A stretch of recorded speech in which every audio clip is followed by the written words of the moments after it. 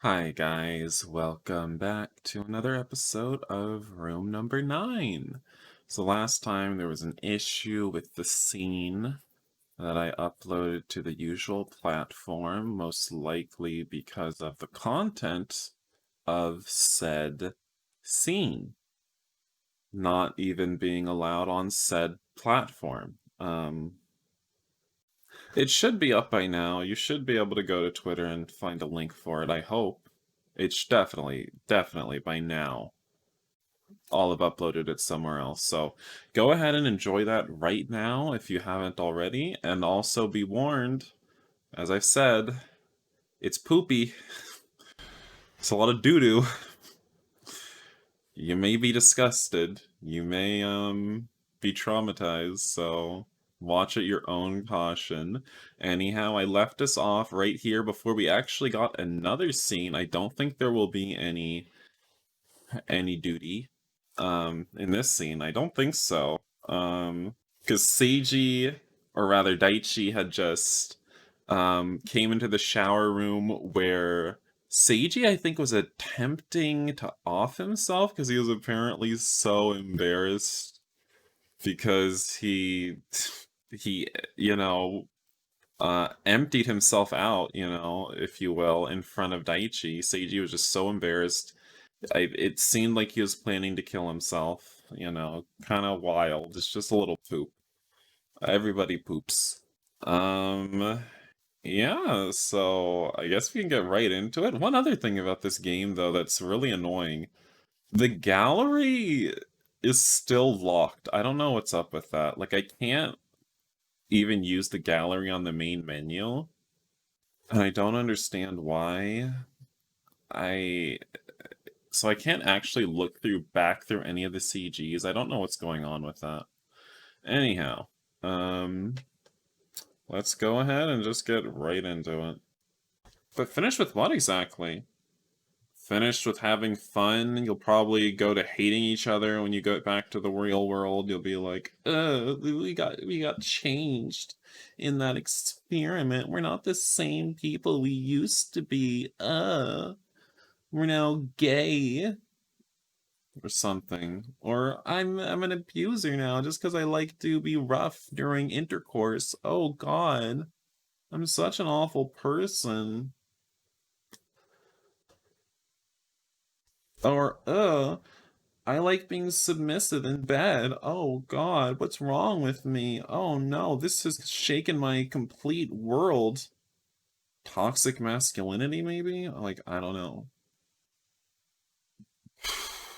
Sorry, serious pants. Wait, 11th day? So they're out now. Ugh, I was so tired and my head felt like it weighed a ton. I felt so out of it. You know that feeling when you like sleep and you're still tired so you go back to sleep again? The sort of out of it you feel after that. I could see light through my eyelids, so the sun must have been out already. I had to get up. I opened my eyes and discovered the familiar ceiling of my bedroom hanging over me. I'm in my apartment? It was kind of comforting to feel this somewhat crappy mattress beneath me again. This music just reminded me of music from another game. Literally sounds like Parasite Eve. Even the pillow imbued with my own scent reminded me I was in my own territory and put me at ease. My room smelled a bit like mildew after 10 days with the AC off. Why? What? I don't understand that. I had no doubt that I was in my own apartment.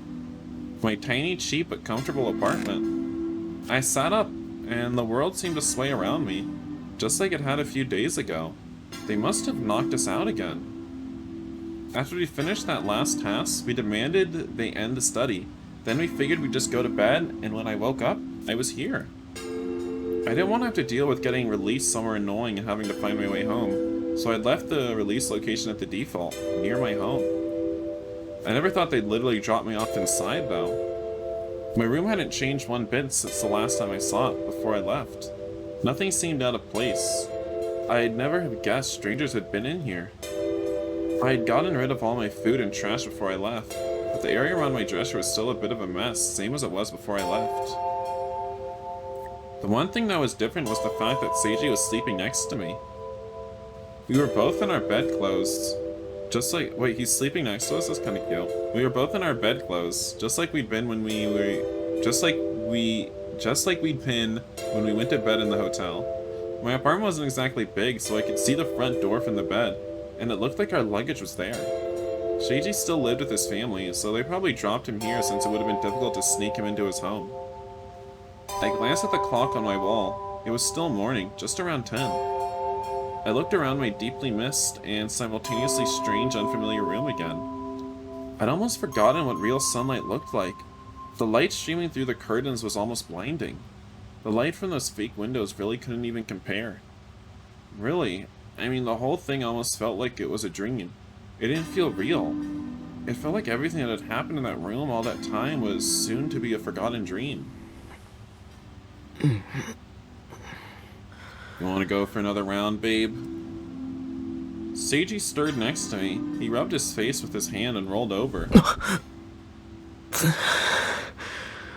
He startled upright and then clutched his forehead.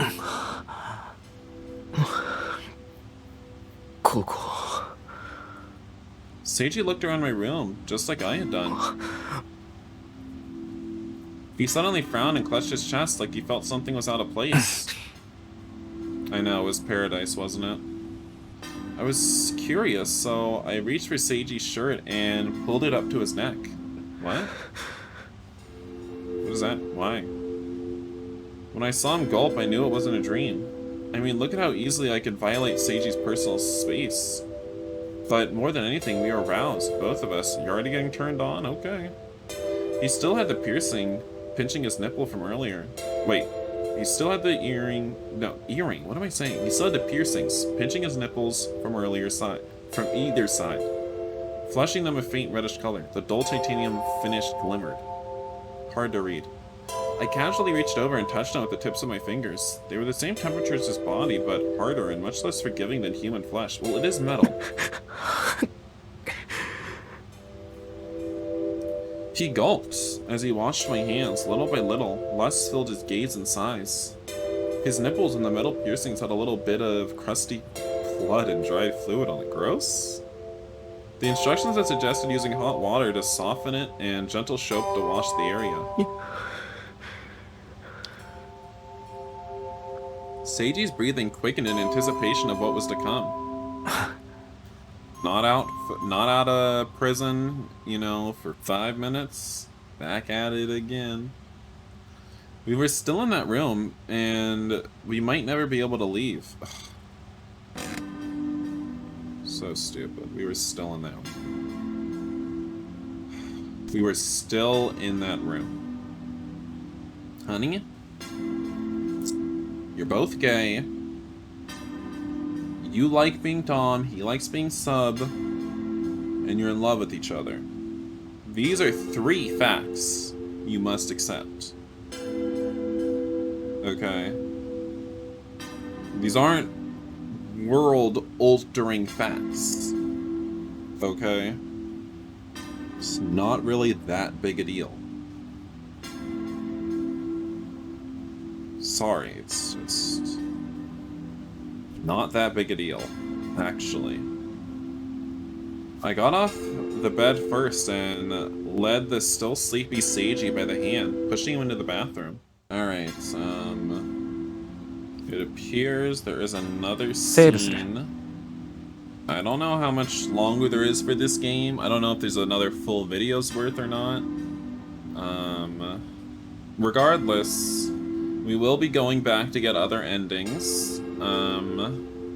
Yes. I just don't want another scene again. It's like, there's been enough of that. I feel like this whole video's been one long scene. It really has. But yeah, we'll be going back to get the other endings, and I just gotta say, it's not a big deal. I don't know why you need to act like, oh wow, I'm a dom. My life is over, I'm a piece of trash. Like, I get it, you were abused as a child.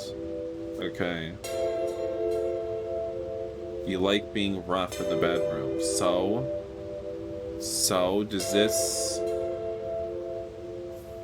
You just need to go to therapy because, like, maybe you need to understand that your fetishes don't really define you like that. It's just a fetish. You know, maybe they should have offered some counseling at the experiment, you know? I mean, it was straight conversion therapy, and, you know, bless them, bless their souls for conducting it. But maybe, like, a therapist, too, would have been nice. That's the one thing. That's the one thing the experiment didn't have. Yeah, anyway, so, very stupid that they're both, like, oh, we're irrevocably changed. Life will never be the same. Well, yeah, you know, if you've been lying to yourself, if you've been repressing your sexuality, both in who you're attracted to and what you like to do, as in doming and subbing, then yeah, you know, maybe things are gonna seem a little shocking, but, you know, it didn't make you into any of those things. The experiment didn't make you into anything. You're just an idiot who lives in a sexually repressive society. And you're too stupid to look past that. So, anyway. That's that. That's the end of that. See you next video, where we'll definitely get the ending for at least this, we'll definitely at least get this ending. I don't know how long it's gonna be.